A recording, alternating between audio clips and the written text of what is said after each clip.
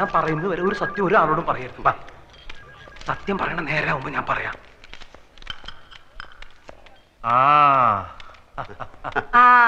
ആൽഫി വന്നോന്ന് അനിയൻ അന്വേഷിക്കായിരുന്നു. നല്ല ചായ ഉണ്ട്, വീട്ടിൽ നിന്ന് കൊണ്ടുവന്നാ. നമ്മുടെ സ്റ്റേറ്റിലെ ചായപ്പൊടിയാ. ആൽഫിക്ക് ഇവരെ ആരെയും പരിചയമില്ലല്ലോ. ഇത് എന്റെ മൂത്ത പെങ്ങളാ. ഇത് പെങ്ങളുടെ മോള് ഹിന്ദു. ഇത് ശോഭ. ഇനി ഒരു പെങ്ങളുണ്ട് അമേരിക്കയിലാ, അമ്മുക്കുട്ടി. അവക്കൊരു മകനുണ്ട്, അവൻ ഡോക്ടറാ. പിന്നെ ഇവരെ പരിചയപ്പെട്ടിരുന്നല്ല പരിചയം. ഇനിയിപ്പോ എന്തായാലും നമ്മളൊക്കെ ഒരു കുടുംബമായിട്ട് കഴിയേണ്ട ആൾക്കാരല്ലേ. അധികം സംസാരിക്കണ്ടെന്ന് ഡോക്ടർ പറഞ്ഞിട്ടില്ലേ അമ്മാവ? എനിക്ക് ആൽഫിയെ കാണുമ്പോ മനസ്സിന് വല്ലാത്ത സമാധാനവും ശക്തിയൊക്കെ തോന്നുക. ഇത് ഇരവി. അറിയാം.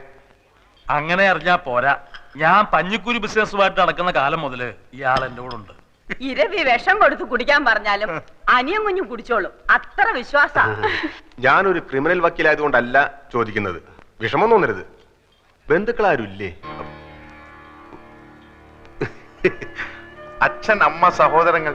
അച്ഛനമ്മ സഹോദരങ്ങളുണ്ട്. അവരൊക്കെ അങ്ങ് ഡെറാഡൂണില്ല. അത് തനിക്കെങ്ങനെ അറിയാം?